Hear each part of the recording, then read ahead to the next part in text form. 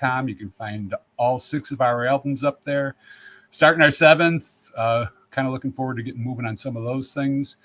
And I will be at, where am I? I'm going to be at Bloomfield's this Saturday night, 7 o'clock. My original co-host, my buddy Alex, he will be at Alley Oop's Friday night at 7 o'clock. So if you're out looking up for some good acoustic music, well, Alex has got good acoustic music. I can't say that about myself. But anyway, let's jump into it. I'm really glad tonight because I got my friends Mike and Vicky Lehmann from Red Rain, wildly popular local band here. They're playing all over the place all the time. And I'm really glad to have, this is Mike, this is Vicky, just to make sure that you know. Hey, thanks for being here, guys. I know Mike has got a lot to say, so I'm basically just like a fluff piece right now. I'm just going to let him go because I'll shut up. Vicky can look good and Mike can talk. There we go. Wow, Pete, first, thanks for having us. Always, thank you. Always a pleasure. As everybody knows, Vicky's the talker of the band. I usually sit back and let things happen. Of course.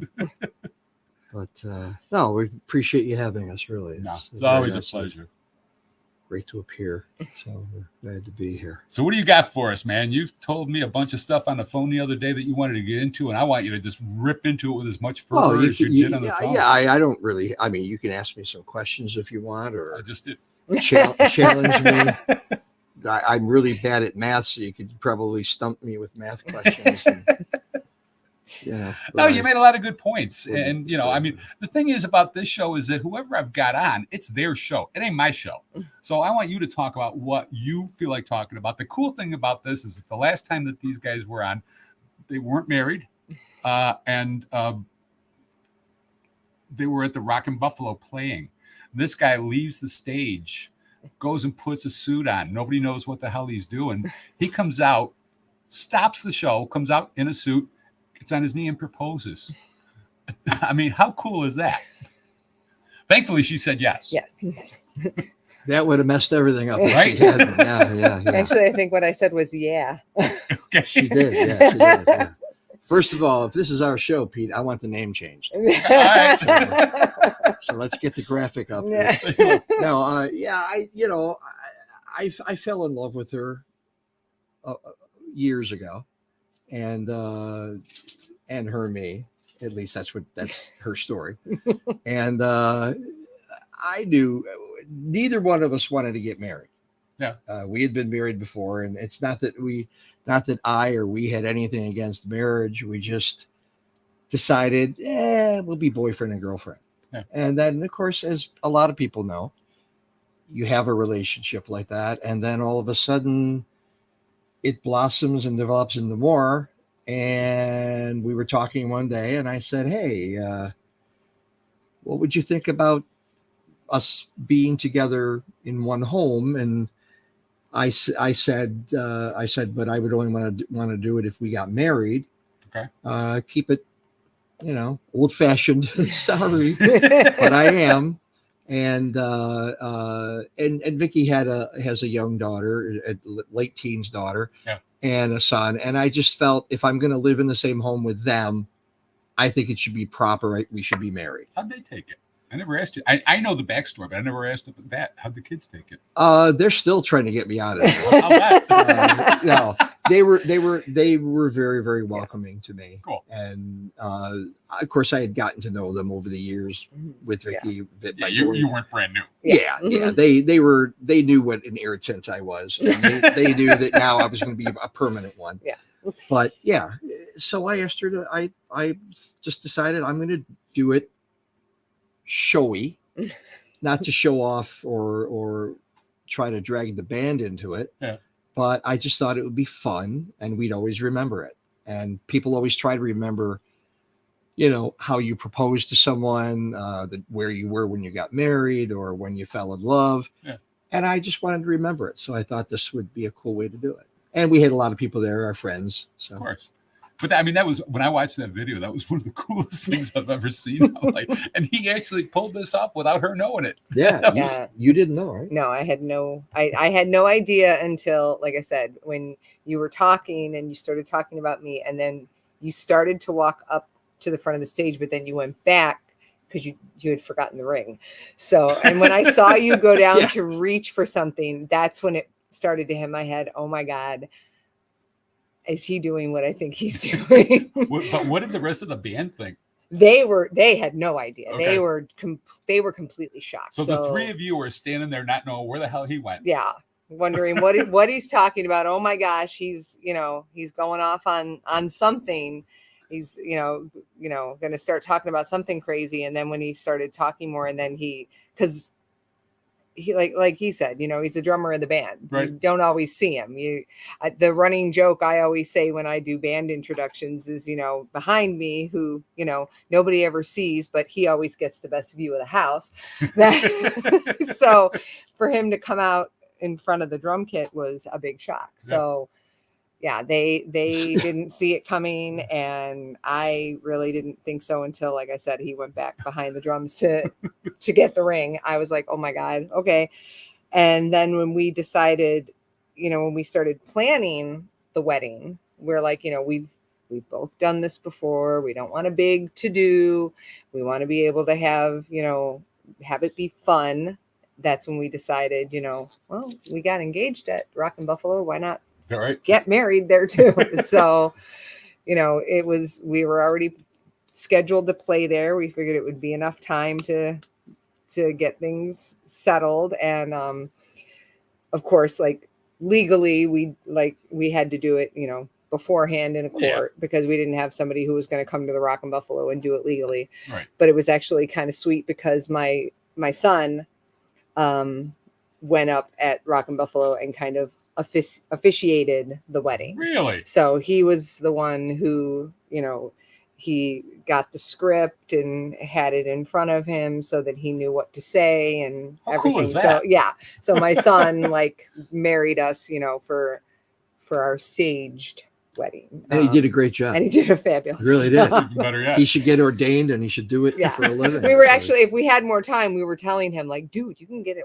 ordained online, and then you could do this all the Yeah. time And get paid for it. and get paid Yeah. for it. So yeah. Did he change out of his suit when you finished up the set, or did he? Well, on the I stage? actually wasn't wearing a suit You weren't. when I proposed. Yeah. I was When in we a got suit married. when we got married. Mhm. Oh, But yeah, I just walked out from Yeah, he behind just the walked out. drums. You did have those flashy light up sneakers. Oh, I on, had though. I had these goofy there light was up something sneakers. about the video. I thought that you changed Yeah, clothes no. or something. No, okay. No, Yeah, when I we got didn't. married, I changed. I was in my wedding dress for the ceremony, but I knew that wasn't going to work for for performing, so I had to go and I kept my garter belt on though. Thank God. I That's did great. keep my garter Wow, belt that on. was one of the coolest things Yeah. I ever saw. That was It a lot. fun. It was fun. We knew it was going to be memorable, and there's still people who come to shows now, to Red Rain shows, and say, I was there when you got married, or I was there when you got engaged. Really? So yeah, so they still talk about it to this day. So we knew we did something right. Yeah, well, it meant a lot. I mean, the people that come to see us and come to see all the bands in Western Europe, but the people who make the time to come and spend the night with us, or half the night, or whatever they do, they're really important to us. And I mean, obviously nobody wants to play to an empty house, and we've been very, very blessed and very fortunate that we seem to, like the stone gathering moss, we were getting more and more people coming to see us, and they were such great people, good friends. I could name them all, but I'll forget half of the names. I can picture them all in my head. Very loyal people, and I just thought it'd be fun to do this in front of them. And as it turned out, of course, nobody knew I was going to do it, but it turned out a lot of people showed up, and it made it a lot of fun. That was Made very it a cool. fun night One of the for us. coolest. And things. we actually recorded that whole night. We recorded the whole night, all our entire performance, and the whole proposal is recorded. So Recorded, yep. I have that in audio form for posterity. Sweet. So, Yep. Let me switch gears a little bit. Have you guys noticed, because you're out playing all the time? By the way, I mentioned my gig and Alex's gig for this weekend. Are you guys playing this weekend? Actually, not this we're weekend, not. no. Oh, you're not? And Okay. when you mentioned it, I just kind of did a little mental log of, I think we'll be doing something this weekend. So, and that's where we've been doing. Yeah. Going to see you. Well, Yeah. cool. That'd be very cool. You've been nice enough to come and see us in the past, so Well, not often enough because that's okay. it's Hey, just, we know how busy people are. well, and we're all getting kind of older, and I don't like those late night starts. I I don't hear even start you. any place past 7 o'clock anymore. Yeah. And again, it's just me. Yeah. Yeah, if it was a whole band, it'd be a different story. Yeah. But nobody wants to listen to original. Anyway, where I was going with that is that have you guys noticed over the years that there's more and more places that are open to having live music that weren't so much in the past? I noticed around 2008 that there wasn't a lot of places that were having bands. I mean, one or two maybe, but a lot of places had gone to the open mic thing. Mm-hmm. And I went for the open mics. I just for the sake of playing, but nobody was getting paid. Yeah. And there's people that were still coming in, they were still buying the drinks, but the owners weren't paying anybody. Right. Yeah. And I know now it seems to be more and more opening. Like, didn't you just play someplace in Niagara County that you'd never played before? Or am I thinking of somebody else? No, we have a couple gigs coming up for the summer of places where we've never played before. Oh, okay. But I think the most recent place we played where we had never played before was a place up on Lower Mountain Road in near Lockport called Big Shots Bar and Grill. And it's when you come up to the building, it's very, very small. Yeah. When you get in there, though, it's deceivingly small looking on the outside, but it's not a bad area inside. Plenty of room for the band to set up, and that's relatively new for us. Where I think we got our third gig or fourth gig coming up there. Cool. But when we first played there, there was not a whole lot of people there. I'd say there's maybe a dozen. Okay. And they told us that for them, that was a good night. And then the next time we played, the place was filled.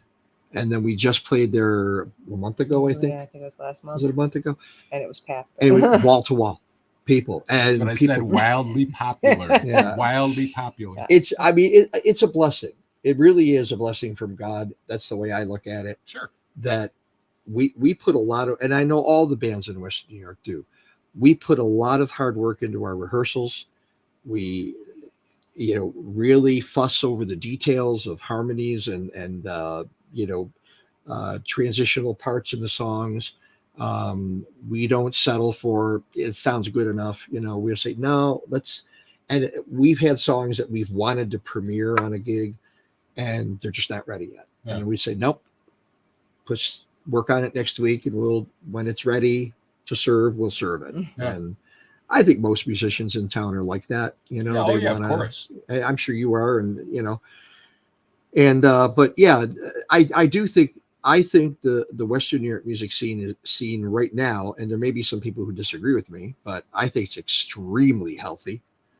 There are a lot of places to play. It doesn't mean you'll get hired. There's lots of places we've tried to crack, and they just won't have it.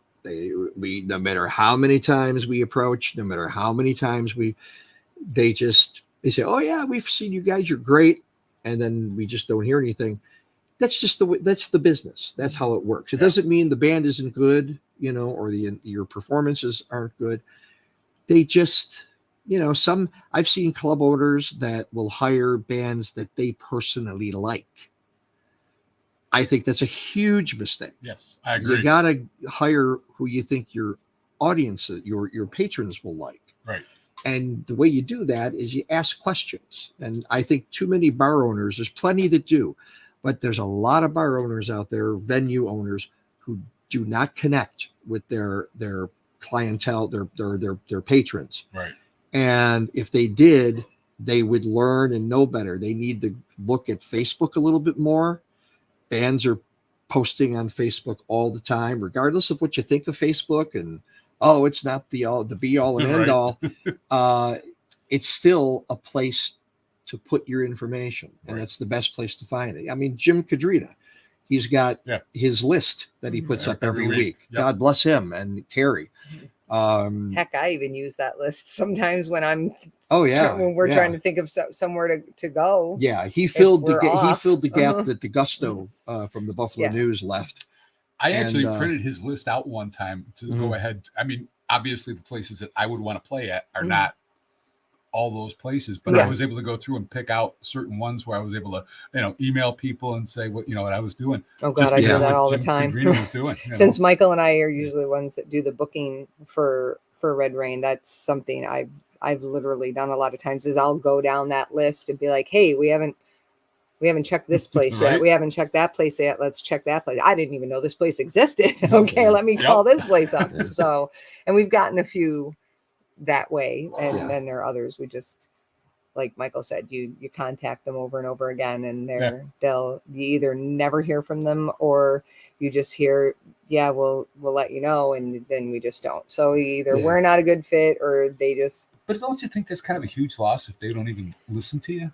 Sir, I mean, I do, and I just think that, and that was one of the things I was talking about to Michael before we came. It's like, a lot of times when you go to these venues or you try to reach out to them to like book a band, they'll be like, well, what do you draw? How much, how many people can you bring? That. And it's like, I can't tell you that because I don't have any control. I mean, I can tell you how many people follow us, but I don't know what they're doing that night and how many people like coming to your bar. I mean, I've heard, when we've heard it so many times, there'll be people who will come to us and be like, I come to see you here rather than here because this is closer to home, or I don't usually like going to. So it's not always the band that has the draw. Sometimes it's the venue that has the draw. But the thing is, if those venues don't like give a band a shot, it's like, look, book us. If you don't like us, then you never have to book us again. Exactly. But you got to give other bands a shot. It's the same thing as like, we're getting into festival season. Right. And so many of those festivals, Lawn Fates. Again, the Lawn Fates and that. I love the bands that play at Lawn Fates. And there's a lot of them that play all the time. And we're friends with a lot of them. Right. But a lot of times it's like, can you give another band a shot? Because they play. And I even, when you say about looking at Facebook to get feedback, there one time, one of the big festivals, I think it was last year, put out their announcement that, these are the dates, here's who we're having. And I was actually like taken aback because there was about, hundreds of comments underneath it saying, really, the same band again? Can't you guys get somebody different? Why are you keep playing the same band every year? And it's like, why don't they listen to that? Yeah. Like, I know those bands are gonna do great. They are great, but throw one in, different one in the afternoon or something to just see what they do, and then maybe next year if they, kick ass at the 2:00 show, maybe next year you can have them as the 7 p.m. the big money time. So. But I know what you just said too, though, about the I want to go see if you're local or something like that. I remember the previous band that you were in, Mike. I remember, and I'm not going to name the venue, but I said, "Oh, cool! You're finally at an hour that I want to go." Mm-hmm. Well, let's not. I'm kidding. But you're finally at a place that's kind of close to me, and it's at a time that I would go to it. That works. Yeah. And you said, "Don't come because we're not going to be playing," because it was a more subdued venue. Mm-hmm. And you said, "Don't come because it's not what we usually play." And I got that. I totally got it. It wasn't a good showcase for us. Yeah. But I get what you meant about the proximity and stuff. Yeah. I mean, I'm going back to the late 70s and stuff. I loved going to the Barrelhead. I loved going to Bowinkles because they were in my lane, so to speak. Mm-hmm. Yeah. And to go to like He and She's in North Tonawanda was a bit of a stretch. Mm-hmm. But well, that's the thing. I mean, that's why when we book the band, we try to book all over the map because we have a very good following up in like the Lockport area, which we never expected. And then we have a good following down in the like South Towns, Cheektowaga, West Seneca Yeah. Area. And we get a lot of people who will go see us up when we're up in the Lockport area who won't come down further south if they can help it. Yeah. We've also had people tell us, and again, I won't name any names, but we've had people tell us that there are certain bars and clubs and venues they won't go to. They don't like them. They're not comfortable there. It's not that anything bad happened to them there. It could be anything. It could be they don't care for the food. They don't care for the service. They don't care for the way the place is laid out. They don't care. A lot of times, I think a lot of what it is for some people, and this is what I've heard, they don't like some of the other people that are there. You know, there could be some, like, not a rough crowd, but maybe, you know. Even just the size sometimes. I had somebody come up to me at one of the places we played about a month ago, and she's like, you know, the friend said, I normally don't come here because it's just always too crowded. Yeah. So there's not enough room. Too crowded. But I came because I wanted to be able to see you. And, you know, I no thanked her profusely. She's like, yeah, there's never any place to sit here. I don't want to stand for 2 hours with a beer in my hand watching you play. Yeah. Neither do I. That's right. That's why I'm up there sitting down. But that's not your problem. That's the bar owner. Yeah. Yeah. And I mean, you know, I look, I could get into a whole thing about how bands are seen in the eyes of some bar club owners, venue owners. A lot of venue owners in Western New York do a fantastic job with bands. I could name them, and I probably should because they're great people. I'll tell you, Mike Shear of Rockin' Buffalo, none finer. Sean Shear of Transit Music Lounge, and I'm not, the places I don't mention doesn't mean they're terrible, but those are two really good examples of places that pay attention to the bands that play there. They pay attention to what their audience is like. Yep.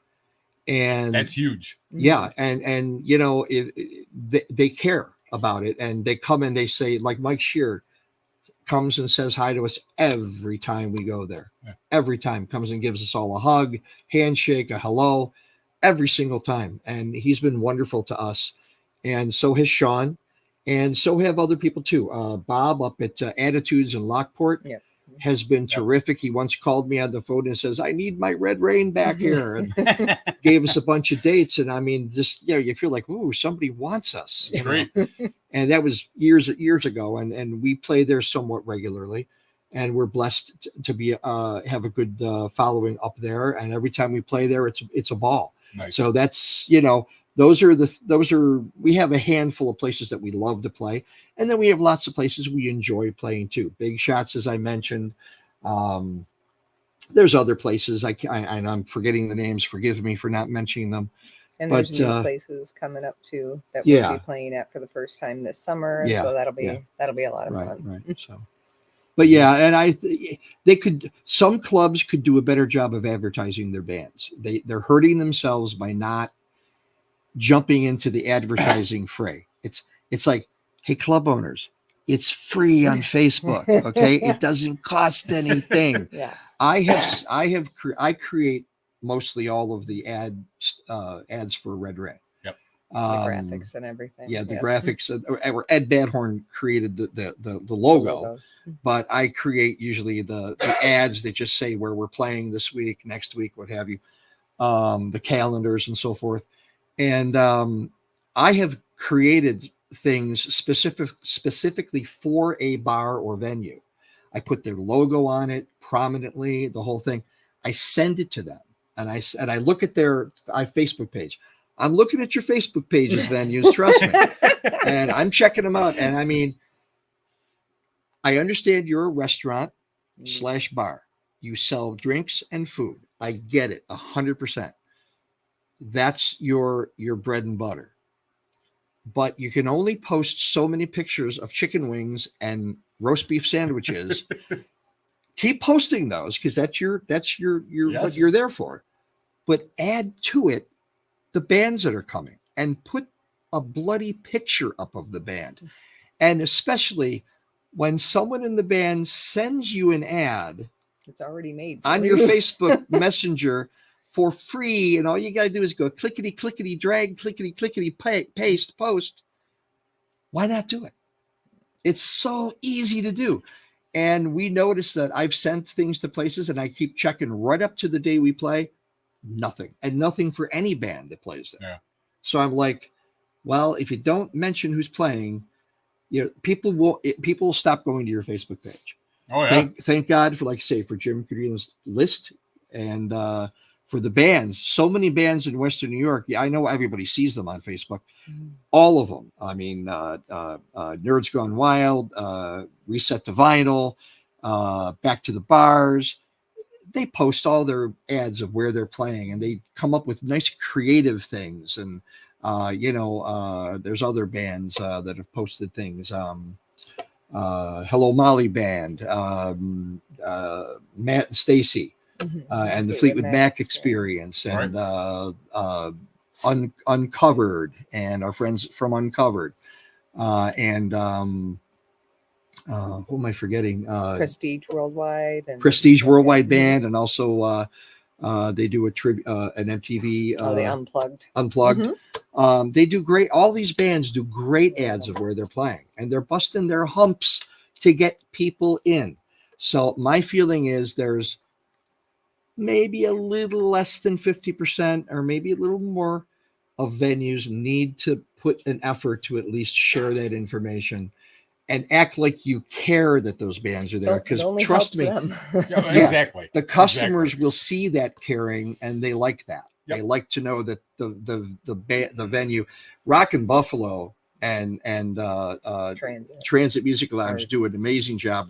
Somebody recently, I don't know who it is, and forgive me, dude or dudette, for not knowing who you are, but somebody took over the advertising at Rock and Buffalo, and they are doing an absolutely fantastic job.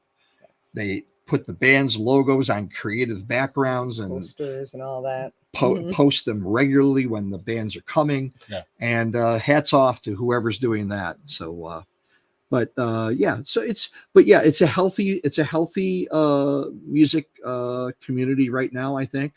And yes, to answer your original question of 45 minutes ago, yes, there are more and more places that are having music and trying it out. Yeah. Well, that's Tom at Bloomfield. He's done a really good. They've only been open, I think, 3 years, and he does a great job with his food and everything else. But he advertises the hell out of everything. Mike Zagario, when he was on a couple weeks ago, he's like, I'm driving down the thruway. All of a sudden, I hear my name on whatever the radio station. Yeah. I mean, he doesn't just promote that he's got live music. He promotes the people that you have on. And that's kind of a boost. And I know that you and I have had this conversation before. I forget the name of the venue. It's gone now, but it was on on Union Road in West Seneca years ago. And I remember soliciting there for the band that I had at the time. And he's like, how many people do you bring in? I said, I don't know, whoever shows up. I mean, I got no control over that. And he's like, well, I'll tell you what, I don't care if you're the goddamn Beatles. If you don't sell beer for me, I got no use for you. And I'm thinking to myself, that is just, and I know I'm repeating myself because you and I have had this. Yeah. It's like hiring a chef and saying, how much are you going to fill up my dining room? Yeah. How can a chef possibly do that? Either your place is good or your place isn't good. And if you're known for magicians, don't bring in musicians. You know, I mean, that's just it is a hard thing. I mean, it's tough to if you're a good band and you do a good job, you can work hard to get people in there. But as popular as a band is, and like I say, we're very fortunate that we have a level of popularity. It may not be as much as another band, and it may be more than some others. Right. But the level that we have been enjoying, I still can't guarantee we're going to have 50 people walk through the door you tonight. Have no idea. Yeah, I can't guarantee it. I mean, if I come to you 75% of the time, how do you know the one night I'm not going to have a cold or God knows what I got to do? Okay, so that's one person that's not going to be there. There's no way in the world. Yeah.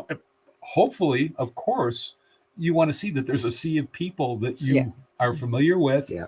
But you can't always guarantee it, and that's what I don't get. Yeah. And And to be fair to the venues, Of course. there are some bands that don't do their share, you know, and I don't know who they are, but I'm just saying there are some bands that, we'll just go in, we'll play, we'll leave, you know. Right.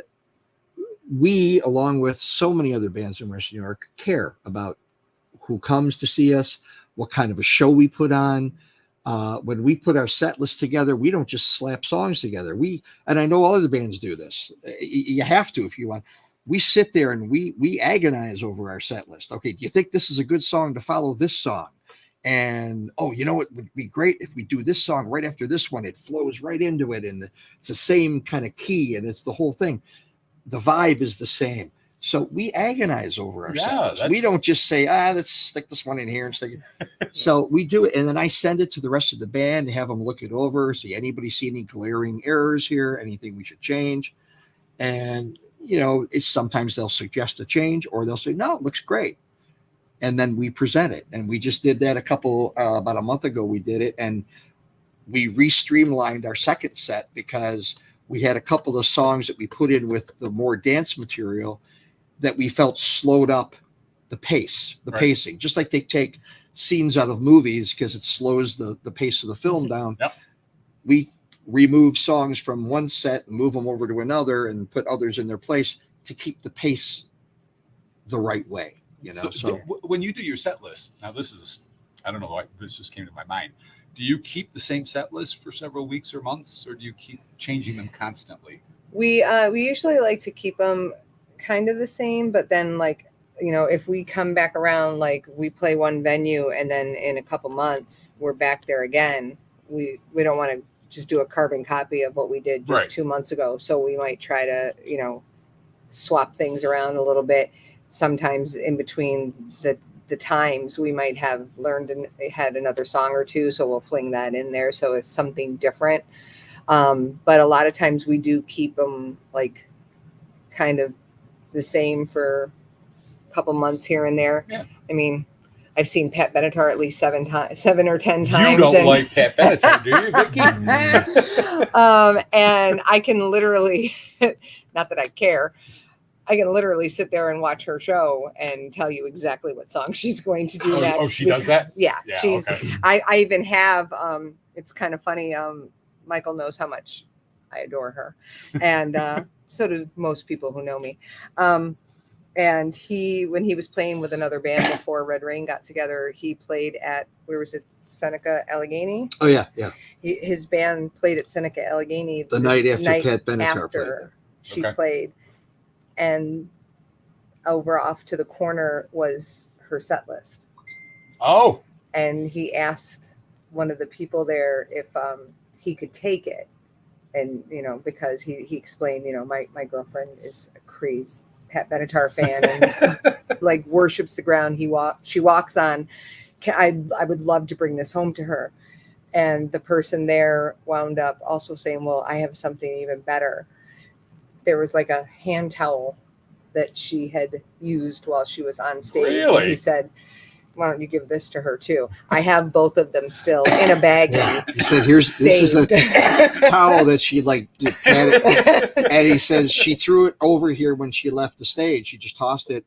And it's been laying here since she tossed it there. He goes, you want it? I go, yeah. So I took it, folded it up, put it in a little baggie. And I said, Pat used it. So that was Pat's sweat. The ultimate is Vicky got to meet Pat. I remember that. Yeah. Yeah. So that was, talk about that. Oh yeah. Oh, that was a crazy time because like I said, I've seen her numerous times and I can see her 20 times more and it won't matter. And Michael knew how much I loved her, so he got me tickets to see her in Erie, Pennsylvania, which was incredible. And he bought the package where we could do meet and greets. So, which she doesn't do anymore. They don't do meet and greets anymore. Now they do just a sound check or something. And questions and answers from the pit. So they don't take pictures with you anymore. Yeah. But so we're COVID probably. Yeah. But so we go to Erie, Pennsylvania, and we're out in the lobby and we're waiting to get in. And there are people that are in the lobby there too, because we're there early for the meet and greets before the show. And there are people sitting there on their phones like, did you just get this message that says the show is canceled? And I'm sitting there and I look over to him and I'm like, that is the rudest joke anybody could ever say. These people need to shut their mouths right now. It was canceled. She got sick. Oh. And she tried so hard to try to make it to get through the night. And like literally like at the 11th hour, she had a doctor there and they were just like, there's no way she can sing. Oh, And my heart sank because I bet. it meant so much to me to be able to enable her Sure. to meet Pat Benatar and Spider, Neil Giraldo. Neil Giraldo. And Neil was right in the right on the other side I of could the doors. literally see him on the other side of the door, and I'm like talking to people. And oh then, my God. yeah. So we went home and I bought her dinner because she felt bad. She was very upset. I bought her dinner at Erie on the way, and then we went home. Got the refund, put it aside, and then Pat came back to do a show with Neil, her and Neil alone at the Niagara Falls Convention, Seneca Niagara Casino. And there is where I got to meet she her. got to meet Pat. Yeah, got a picture with her. Yeah. I got to meet her. I got a picture with her. And if people have been to see Red Rain, they've probably heard this story, but too bad I'm saying it again. So I'm sitting there waiting for my chance to go up and walk up to her. And as I'm walking towards her, I'm like, holy crap, like, I don't even know what I'm going to say to her. And I didn't even get 2 more steps in front of her. And she looked at me. She goes, hi, sweetie. She goes, oh my God, you have such a cute hairdo. I was like, oh my God, I could just die right now. Like Pat Benatar likes my hair. That would equate for me meeting Paul McCartney and him saying, dude, that shirt, I want that shirt. I'd be like, I couldn't unbutton it fast enough. Here, it's yours. So it was great. And she took a picture with just me and with Michael and I have that picture. Michael got it blown up for me. It's in our living room, and it's I can die, just knowing, because she was my be all end all. So like all through growing up, she was from Long Island. Yep. I lived in Long Island and went to high school in Long Island. Oh, really? I didn't know that. So, I used to live in Long Island for like 6-7 years. From New York punk. From the time I was in like 8th grade or 9th grade all the way up to I was about 20. I lived in Long Island. So she was a big deal for me. And if anybody's ever like read one of her books, she was trained originally, like as she was growing up in high school, to be an opera singer. Yep. And her mother was an opera singer. And when I was in high school and sang in choir, my choir teacher and vocal coach and that wanted me to be an opera singer. And really? I was like, yeah, that's not what I want to do. But now you've sung the national anthem at least once that I know of. Was it more than that? I've done it twice now for the Buffalo Bisons. And okay. I also did it at the Buffalo Nightlife Music Awards. Okay. So, and oh yeah, that's right. I remember seeing that. Just 2 weeks ago.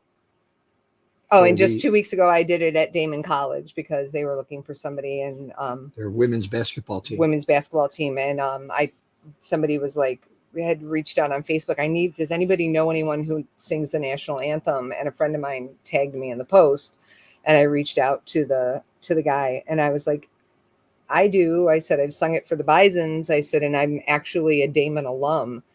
And he was like, really? Oh my God, can you do it? And I was like, yeah. He goes, oh, this is going to be so cool to actually have a Damon alumni here to sing the anthem. So I did it then. And they won the game. Go Damon. And yes, thank God they won the championship. But I'll be doing it twice this year at the Buffalo Bisons. Yeah. Okay. So, but I thought I saw that you were going down there and doing that I keep trying to get in for the Bills. So had you been in a band before? Nope. Red Rain? No. Nope. Karaoke singer? I was saying karaoke. I was a singer. I sang all the way through high school. I sang, I did, drama. I sang in choir. I sang in a doo-wop group in high school. So anything that I could do to sing, I did. Okay. And then when I was like in my 20s, I used to go out and sing, karaoke for as much as I could because I just loved it. I became good friends by going out in the Western New York music scene and seeing other bands. And I became good friends with Carrie Mazer from Envy and Hit and Run, and got up one night to sing with Envy and did that a few times. And she, she used to always tell me, that I should do it. And I was just like, no, I'm just a karaoke singer. I sing on a mic for fun, and that's about it. And it was, like I said, Michael, who, when Red Rain was looking for vocalist, and he was the one that said, I think you should try out. And I was like, I did it. I will say I got a band together one time with a couple of friends of mine, and we played at what was Mooney's in West Seneca, but before that it was Tony Rome's. Oh yeah. I played there one time, and we only played one show, and we never played another note together because it just didn't. Not that it was bad, but the players that I had, we had a guitarist, a bass player, and a drummer. And like a day before the show at Tony Rome's, our drummer hurt his back and couldn't play, and we had a fill-in drummer who didn't know any of our songs. That's always wonderful. My first time ever singing, and I'm like, okay. And I actually have videos of it up on my YouTube channel where you can kind of see me like putting my hands like, no, you don't play here. Okay, pick it up. Okay, stop. I'm just like, I didn't know what the heck I was doing, but Red Rain is basically my rookie gig. Well, it certainly worked out well for you. I've watched a lot of the videos. I've been to see you a bunch of times, and the range that you bring to the band. I mean, I've heard you do a couple of Queen songs, which, to be honest with you, that's amazing because Freddie had the voice was just, there's not so many people who can do that. And, but no, I mean, if you get the chance, go see Red Rain, check them out on Facebook because they've got their whole list of gigs up there, and summertime's going to be filling up for them pretty quick. We're getting close on time, but I know Mr. Lehmann over here told me that he's got a surprise that he wants to do, and I have no idea what it is, but knowing him, it could be anything. So, well, it's something. All right. It's more of an announcement than a surprise, really. And I suppose this is going to come under the category of letting the helium out of the fun party balloon. But okay. I guess this is we're going to put something up today, but this is the very first time that we're saying it in public, that Robert, Ed and Robert and Vicky and I have made the decision to end Red Rain. Oh. And we are going to play this summer's gigs, the current calendar that we have. All the way up to the end of August. And our last show as a band will be August 24th. Okay. We start April 20th, a couple of weeks from now, for 2 or 3 weeks from now. Mm-hmm. And we've got about 3 or 4 or 5 gigs per month to that time. Okay. So unfortunately, Red Rain is coming to an end. Go see them before they're done. Yeah, we hope everyone will come out and see us. We're going to post something. I wanted to say it here first. And then after we're done, before I even leave, I'm going to post it on Facebook so people know. But I'm going to give you, Pete, some Red Rain buttons. Because these are badges now. Yeah. That's not a button anymore. It's a badge. These may be not worth a lot now. But once the band breaks up, they're going to be worth far less. Well, thank you. And there's a few Red Rain stickers. You might have to give one to Chris. You may absolutely pass these to anyone. I'd be happy for you to do that. Thank you. Yeah. And thank you for the Eastwood Project koozies. We're happy to have which we will them. bring to Bloomfields when we. Yes. Oh, cool. Yes, there you go. Good. They won't throw you out. Classic rock. There you go. I love it. Classic rock you haven't heard yet. Well, Eastwood Project is all original music, and that's why we don't play out that much, because Western New York does not take well to original music. Yeah, that's true. But, it's funny that you use that, because a band I used to be in, one of the taglines I used to use was, the best band you've never heard. Okay. Well, all right. So, Yeah. Very similar. these are And great. Red Rain actually says, we play music that a lot of times you don't hear. Yeah. you know, But so. I want to thank you for having us, and I want to thank everyone in West New York for coming to see Red Rain. We formed in 2018, and we say bye-bye in August of 2024. Well, I hope you come back and let us know what your next venture is going to be. We possibly We're talking about that. have something in the works. Stay tuned. We're tossing the balls, they say. Keep me in the loop. Oh, for You sure. will be in it. Maybe sir, we can don't use worry. this venue For sure. for. I'm let you having know. to, we're having fun, and we're going to make this a lot of fun. But we definitely, Michael and I have talked, and we might, You look like you got a pretty good idea what you want to do. Yeah, I think I can knock my my rookie thing off now. So There you go. I think I can, I It's know a lot perfect. of other people who have, played in more than one band. So I think I could do this again. It's Are you- percolating. It's percolating. Are We're you gonna working on invite something.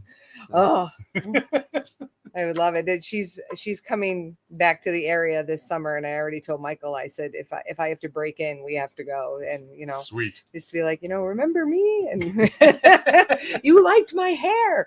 So, it's different now, but you'll probably still like it. So Well, I guess there's going to be more to come. So Yep. we're going to make sure that we've got these guys back on when we, bring the thing back together again in the fall, because we're only going to have this on until what are we doing? Memorial Day, right, Chris? Mhm. Yeah, Memorial Day, and then take off for the summer because nobody's going to want to see my ugly after the summertime. So anyway, Mike and Vicky Lehmann from Red Rain. So great to have them here. A couple of my favorite people always to have on the show and stuff like that. Again, come on back and see us. Thank you, sir. thank you. Come on back and Appreciate see it. us.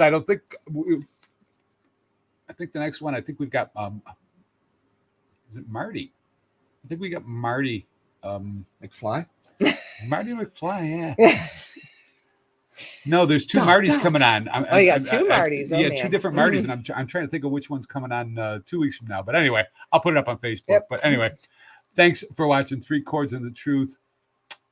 Pete Kramer, peace out. Mike and Vicky Lehmann. Thanks.